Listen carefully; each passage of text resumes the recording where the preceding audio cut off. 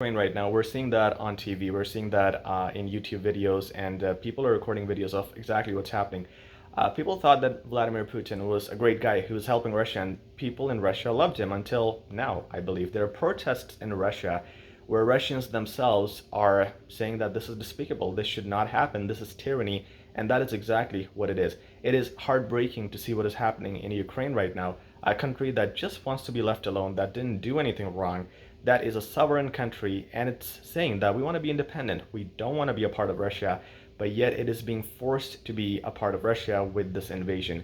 We're seeing footage of all the bombings, we're hearing news about all the killings, and it's unfortunate what is transpiring there. These are the dangers of dictatorship, and unfortunately, people who are dying are innocent people, civilians who haven't done anything, hardworking people who are going about their day, doing 9 to 5 jobs, taking care of their kids, taking care of their parents, taking care of their spouses, and doing nothing wrong. Probably people with a clean record, and they're dying for no reason.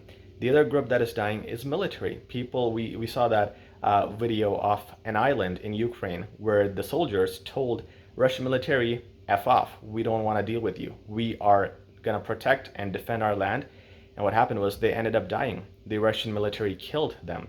So soldiers, young people, innocent people, and people who are just on the defensive are dying. And who is initiating these wars all the time? These wars are initiated by people who are in power, politicians, old men who want to have hostility, but who ends up dying and who ends up losing money are people like you, like me, innocent people, civilians. And it's a shame that in the 21st century, soldiers cannot realize that. Soldiers cannot stand down and say, hey, this is your war. If you want to get into a fight with this country, get into a boxing match, Vladimir Putin versus the leader of Ukraine, Vladimir Putin versus Biden.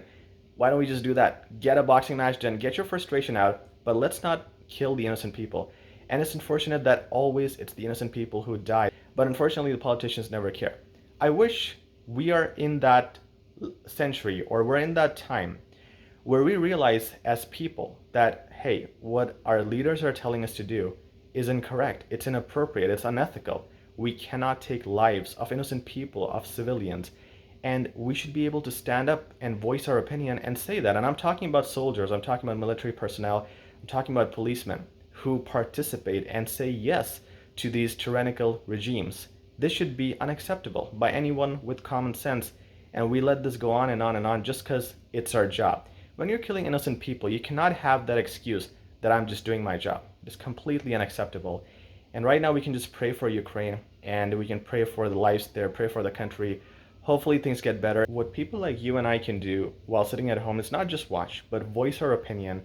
Let the world know how we feel and what we think should be done, how we think these problems should be solved. In my opinion, the biggest thing is for soldiers to realize that we're good people. We're not the people who want to harm others. We're in the business of defense. If someone attacks our country, we'll defend. But we're not here to kill people, innocent civilians, and take their lives. This is important for soldiers to realize, and I hope they do. It doesn't look like it, but I really hope there's a time when soldiers can just say that, I'm going to stand down because this is not my fight.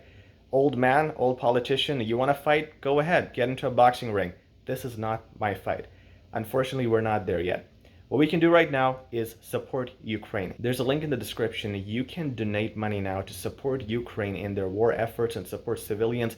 Check that link out, make a little contribution, $5, $10, anything you can do to help out. And that's what we can do as human beings, as people who support Ukraine and people who support humanity, freedom, and independence. This is insane what's happening. And let's pray for Ukraine and wish them the best.